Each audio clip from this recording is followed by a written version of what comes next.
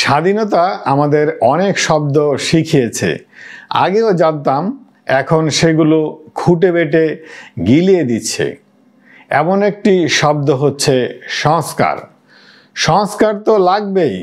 আমাদের ঘরের দেয়ালের রং উঠে গেছে, পলেস্তারা খসে গেছে, কার্নিশে বটগাছ গজিয়েছে।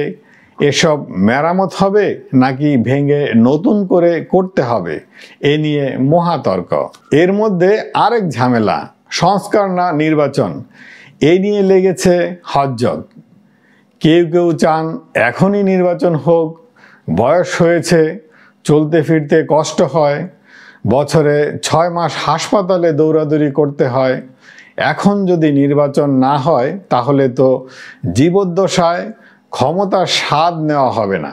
তারা থাকাটাই স্বাভাবিক, কিন্তু সংস্কারপন্থীরা এই মুহূর্তে নির্বাচনের প্রয়োজন দেখছেন না।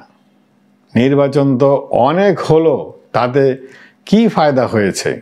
সুতরাং আগে একটা ব্যবস্থা তৈরি করতে হবে, যাতে কেউ আর আগের মতো ঘাড়ে চেপে রক্ত চুষতে না পারে। এ যুক্তিও উড়িয়ে দেয়া যায় না।